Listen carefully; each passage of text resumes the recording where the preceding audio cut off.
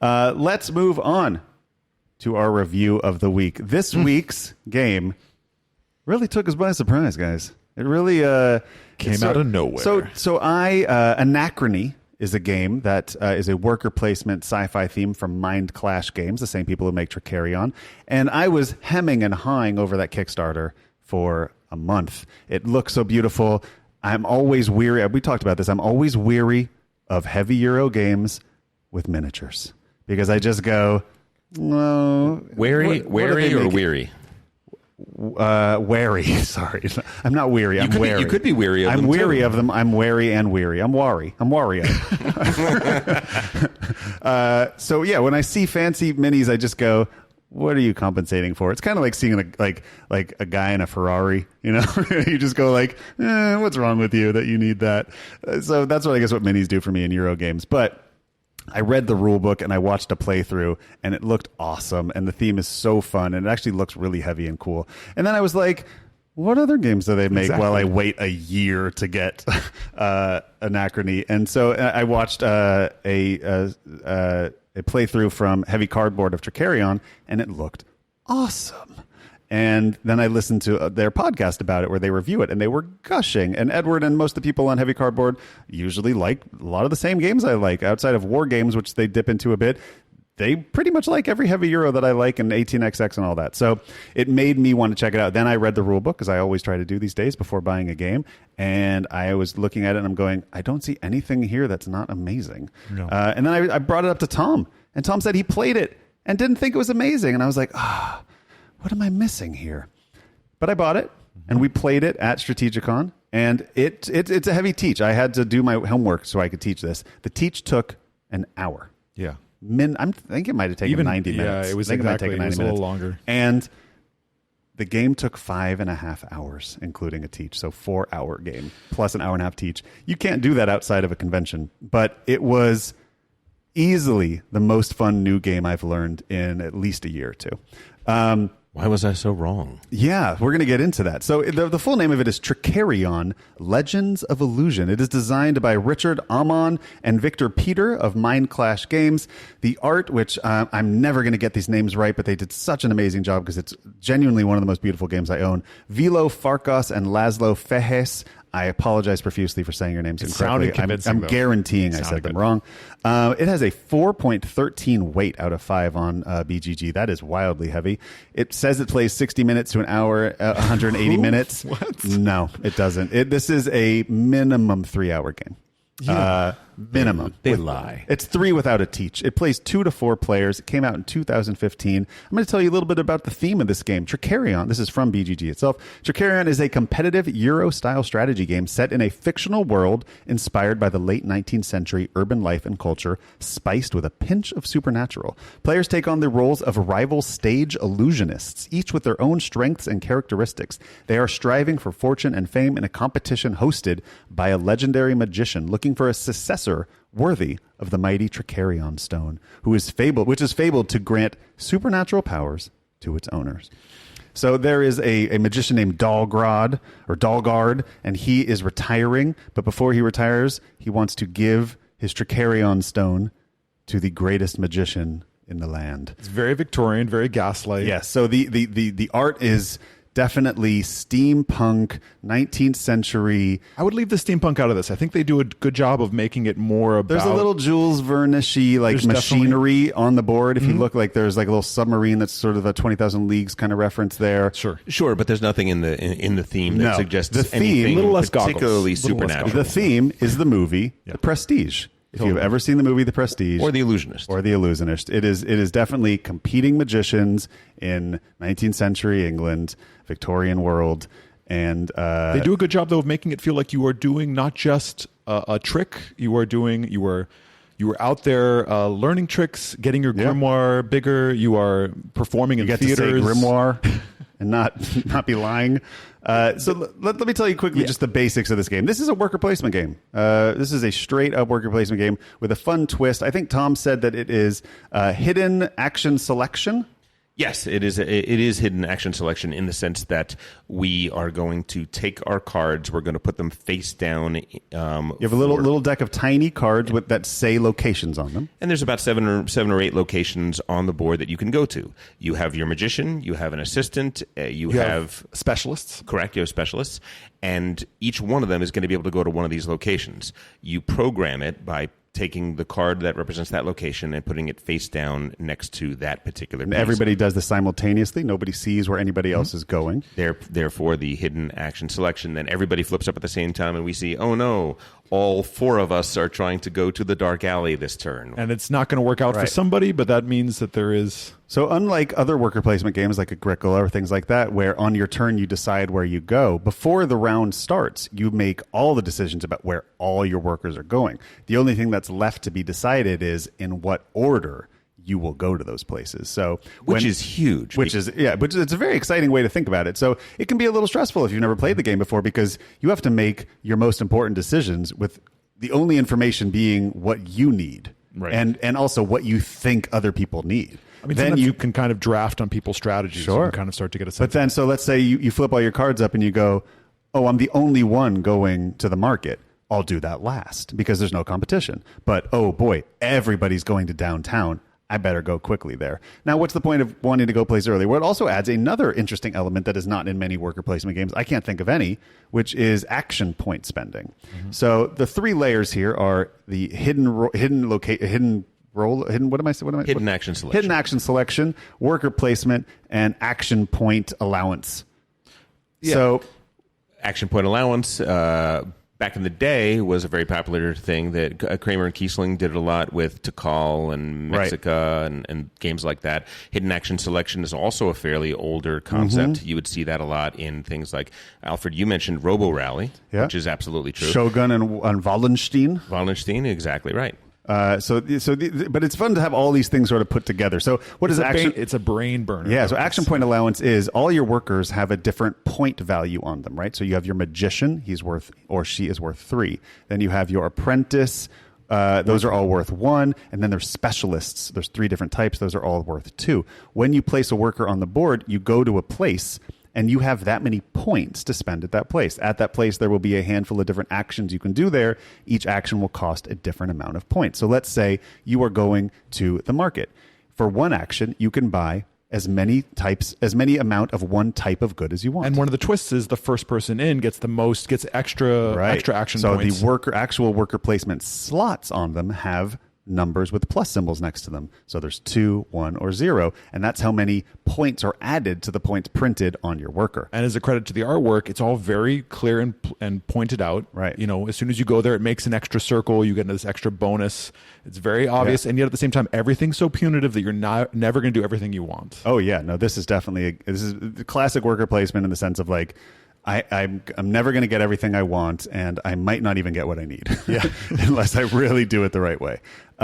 So there are the main goal of the game is to learn tricks, prepare tricks, stage tricks, and then perform tricks. And that is the loop of the game that you will be doing over and over again. And so at the beginning of the game, everybody is there's this. What makes this game tough to learn and tough to teach is that there are wildly complicated decisions you must make before the game begins. Exactly. You must pick a school of magic. You must pick a magician and their asymmetrical game-breaking power. You must pick your starting trick. You must pick your starting components. You must pick your starting specialist. You have to basically roll a D&D character and add all the stats and figure out all this stuff, and you have never played the game before, and you have no idea what any of this stuff is for. It's definitely one of these games that you're going to be 2 or 3 in, and you're going to be like, oh, I blew it a long time ago. This is a game that you cannot play proficiently until at minimum your second game. Yeah. There's no way. On your first game, you're just trying not to drown. And this is not a complicated game. Everything you do is quite simple and intuitive. And in fact, the theme flows so well through it that it's really intuitive because it's just, okay, I need to learn a magic trick. Okay, and then I need to perform it to get fame. Fame is points in this. So the better trick I perform, the more fame I get. So you're just going through the steps. You have to learn the trick. Then you have to buy the components to put on the trick. Then you have to practice the trick. You have to stage it, get good at it. Then you perform the trick. So all those things are very intuitive. There's not complicated. It's just you're just always going to be a little deficient, and it's just going to take a number of turns to even get your engine going. And by that time, other people are also competing for some of the same resources, some of the same spaces, some of the same theaters, and spells. So here's the crazy part, and the components, which we realized we didn't even realize that the components were limited. Tricks and not spells. Yes, tricks. They are not spells. They are illusions or tricks. Magic with a C, not a K. Yes, there are four. There are four different schools of magic in this game. Can we remember them off the top of our head? There is illusion. There is spiritual. Mind reading. There is no, mind reading. I think is there is escape magic, and there's mechanical magic. I believe those are the four. And so you always start with one, and the benefits to having one are that anytime you go to learn one, you can always learn one of your school of magic as long as the action is available to take.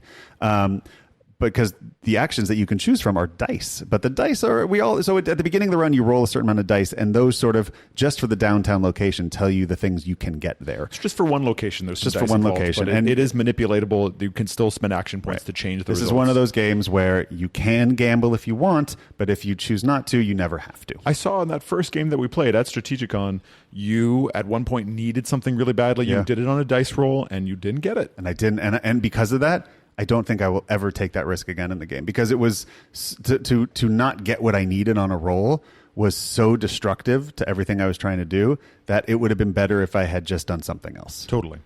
Even knowing that, even if I had gotten it, just that risk I don't think was worth the reward. So anyway, there are four schools of magic in the game, and you start with one, and you're incentivized to stay there to a certain extent, but you have this beautiful menu. One of my favorite components in any game is this little book that every player is going to have.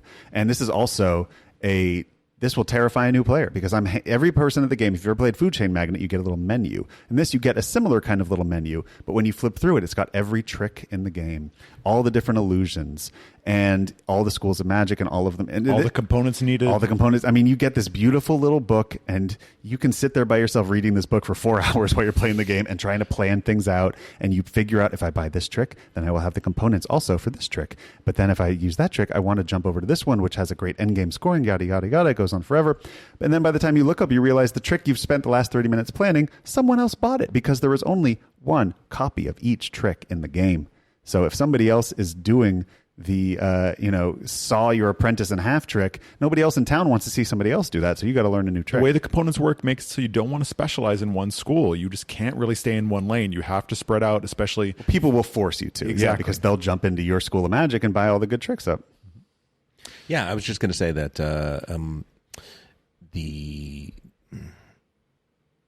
No, I lost it. Well, let's illusion. Forget. A magic trick happened there. So Tom played the game, I think closer to when it came out in 2015. And there is, I won't call it an expansion because it comes in the game. You don't have to buy it. But it's called the Dark Alley expansion. This often happens in Kickstarters, where they are selling the base game and then they just decide it's much more cost effective to add the expansion into the box and to not create a new SKU when they're selling it in retail. So they just put it all in the box, but it's still been called an expansion because that's how it was originally advertised. But this is called the Dark Alley expansion. It's just a module that comes in the game, and you should never play without it.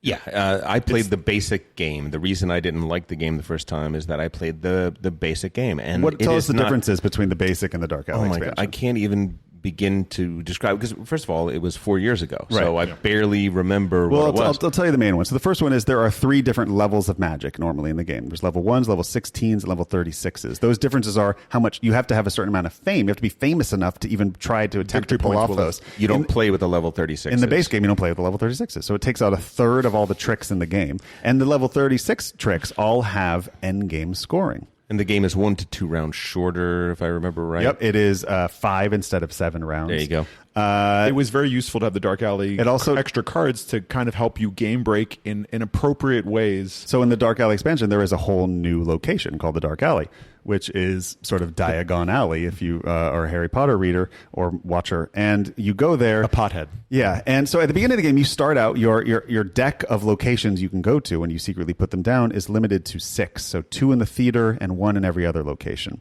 So you are limited in a round to only going to each of those places once. Well, what if you want to go to downtown twice? What if you want to go to downtown 3 times? What if you want to the Dark Market twice?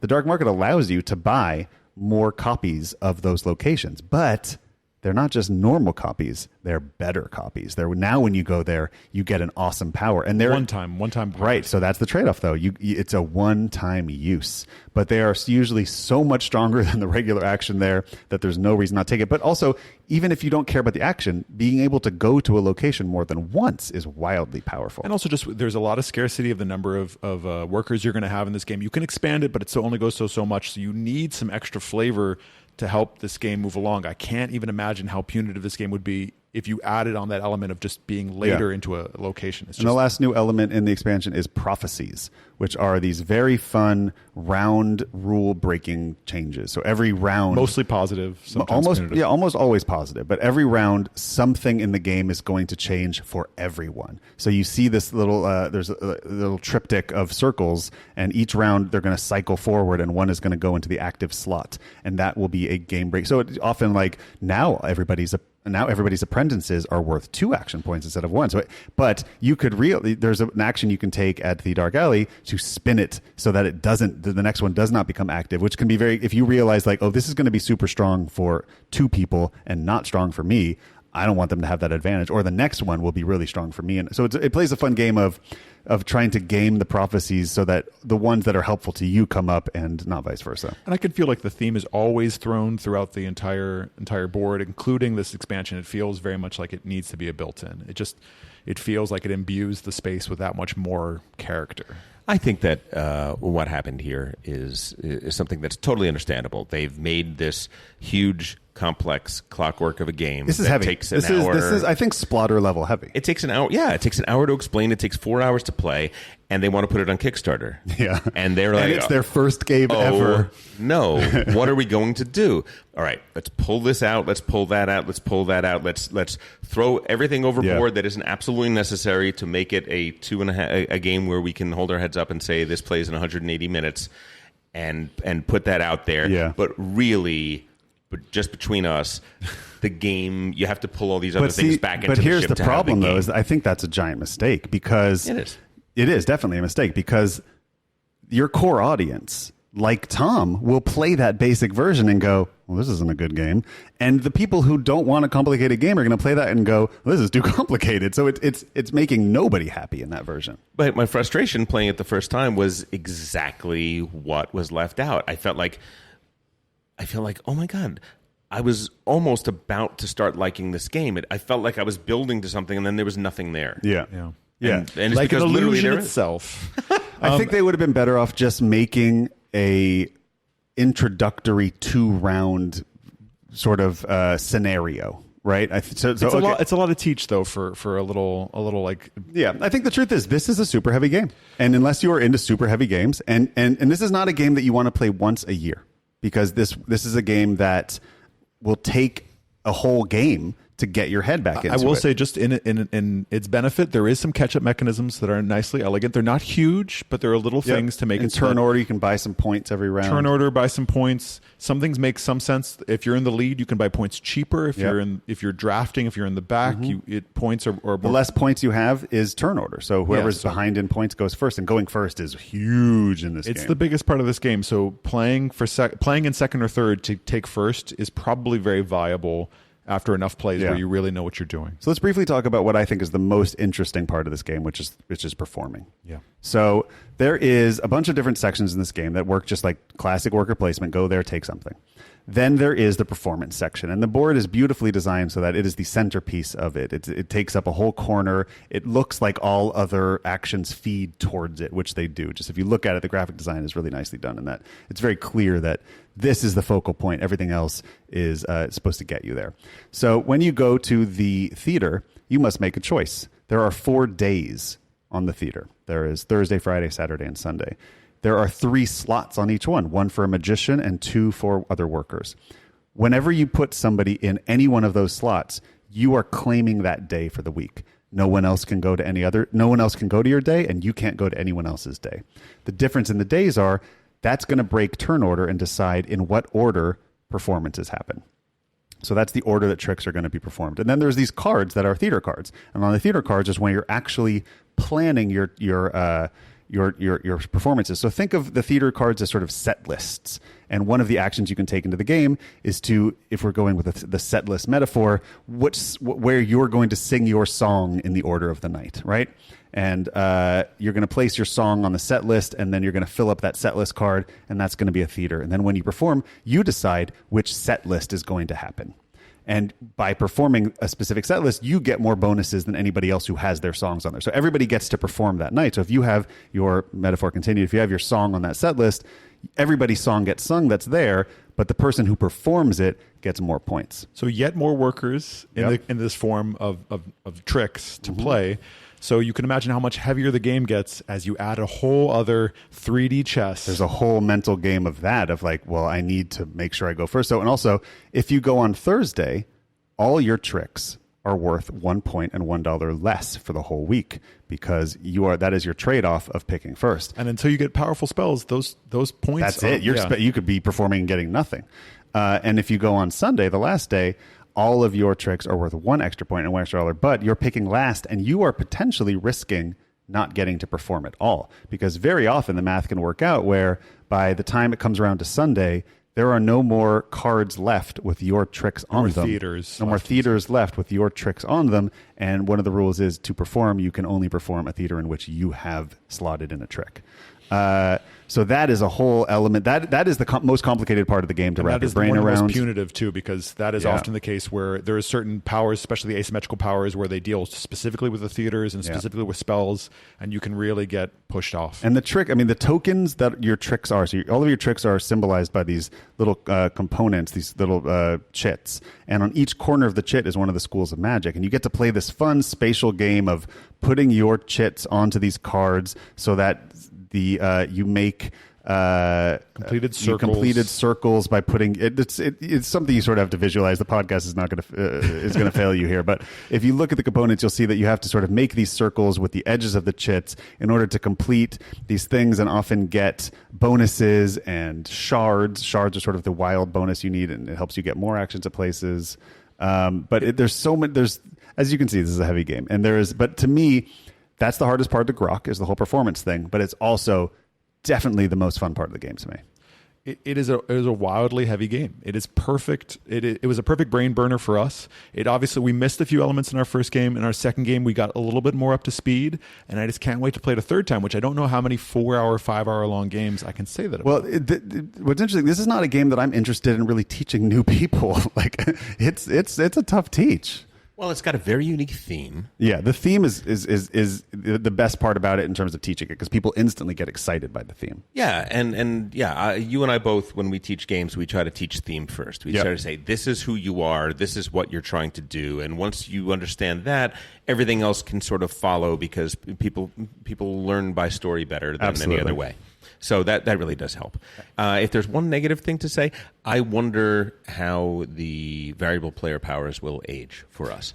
I feel like the one that you played with, is overpowered. Mechaniker, so the one I did was all my apprentices are +1. Only one apprentice. Oh, sorry. Once per turn, I can sort of tap my power and add a +1. Which is huge, though, because the game really makes those extra action points very deficient. There's those shards that are extra bonus only work once per zone. Yep. You don't get that many of them.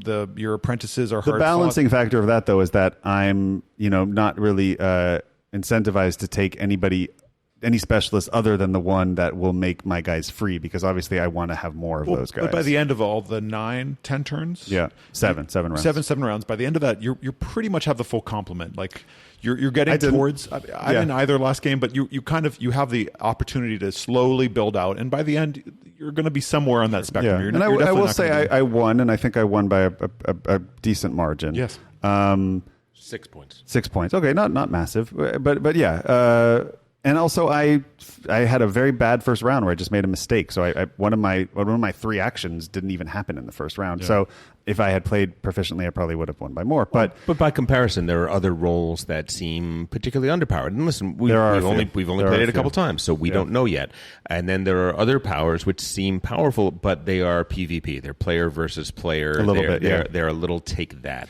And when you add all that in together, it feels like, for a game that is this heavy and this deep and has this many interconnecting mechanisms, that might be a weak spot that we might have to figure out later. Now, I'm because I played this, I am now 10 times more excited for Anachrony than I was, and I'm very glad that I backed it. And I am now sort of I'm down for anything Mind Clash Games does kind of person. That's how much I like this game and how much I respect the design that went into it and the theme. Our hobby needs a company that is down to make splatter level heavy games with really out there cool themes. And I will say that this theme totally led the play.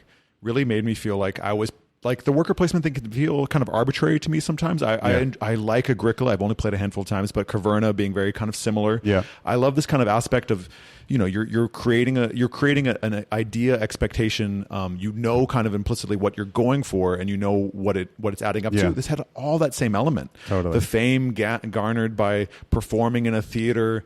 It speaks to me maybe a little too much. And so there is a new expansion. I am now bummed out that I missed the expansion for Trickerion, which was on Kickstarter with a new fancy version and everything. But there is a new expansion that should be shipping in the next month or two to people who backed it, and it will go retail eventually. So I will be able to get a copy of it. But it adds a whole new location. There is Dalgard's Academy, which is opening up, which really went for the Harry Potter, where you can go and actually upgrade your tricks to have permanent new powers and points and spells. And there's also a new type of specialist who can be leveled up as well. And he the more you use him, the better he gets or she gets. One nice thing about this game is that all specialists and characters have a male and female version, so you are not forced to engender your some magician. gender parity, but I think that's a nice built-in for most of these games where they can kind of have the theme be as inclusive as possible. There's probably ways that this is deficient no matter what, but I think that's worth fighting. But I'm really excited for the Kickstarter expansion. And there is going to be a deluxe version that will be shipping this year that will have that everything in it, with a nice, beautiful organizer and everything, which is all I really care about in games. I'll get the game and I'll give you my organizer. So wrapping up, because I want to give you guys as much time as possible to give me your top 10 RPGs. Tom, just give me your overall thoughts on Trickerion. I think it's fantastic. I love it when a good, heavy, meaty game that is well designed comes up with a theme that feels utterly different, that feels unique. And when I'm playing it, I'm not just playing a math game. When I'm not just trying to figure out what the best move is, but I'm literally telling myself a story of what I am doing. Gorgeous game, and a lot of fun to play. What I'm most impressed by is that these two designers who made this game, it's like the first game they ever made. Like, that's crazy to me. That's unfair. This is their first. And a crazy game for a company to launch with. To launch with such a wildly heavy game. I want to try Cerebria now, which is their other game they did, which I think is their lightest game they've done. Yes, but they did a game called Cerebria: The Inside World, which is basically Inside Out, the board game. They seem to definitely take cool movies and try to do the board game version of it. If this is The Illusionist, The Prestige, Anachrony. It seems like it. What is the Sean Connery sci-fi movie where he's Zardoz? Yeah, that seems sort of like Zardoz. Wow. Honestly, I think the theme is sort of Zardoz with time travel. There's some crazy stuff going on there, but they've just jumped to the top of my list alongside Splatter and Capstone and a lot of companies that make incredible games, and I'm just sort of down for anything they do. What are your final thoughts, Alfred? Yeah, I will say that I really enjoyed this game. I really enjoyed the theme. It is a brain burner. As being someone who's a little bit newer to the hobby of board games as a shape, as a form, this one hurt in ways that I enjoyed, but it was punitive. Yeah. There was definitely wrong moves. There was some take that. There were definitely places where you're not going to make it, and you have to have the wherewithal to know how to either pivot or not even so much pivot as just much as find your space, define your space. And I think this is a really worthy contender for something that's worth learning, worth spending the time to do. Hopefully it comes out. Hopefully the 4-hour, 5-hour length of time it takes to play doesn't make it so that we never play this in our game night. And that's as someone who doesn't own the game myself, doesn't have the chance, I'm worried that we're only going to play it again in 6 months, 9 months. Well, I think we shouldn't. I mean, I think this is one of those games that you need to play 3-4 times a year. Yeah, in order to keep it in your collection and make it worth the investment. So I give it like, whatever the high scores would be on. But it took us our whole game night. Yep. I mean, we started at 8, and there was there was a 20-minute teach necessary for Tom because he'd played it before and he had watched a video that day. I just sort of needed to just give him a couple explanations of things. So maybe 20-minute teach, and we finished at 12:45. Yeah. So it took almost 4.5 hours still. Now we're still new to the game, so we're playing slower than normal. Yeah, we're also fairly slow players. Yeah, we have some AP problems, maybe a little bit, but it's an acceptable level of AP within our group. It might not be for others. That's Anachrony. We all give it great. It's my favorite new game I've played in a while. From a rules lawyer perspective, if I may, it is so well designed that I don't have to worry too much. Oh. There just isn't that much fidgetiness. The board state is very clear at all times. The whole fact that everybody has a booklet, everybody has a list of the turn order, and where your powers are happening within that framework. It is such a gift, and kudos to them as game designers to have that all baked into the game. Totally. It's much more pleasurable to have that than the fidgetiness of many other games. Totally. I'm going to give us a dice roll on that one and a box fart for me, just for fun.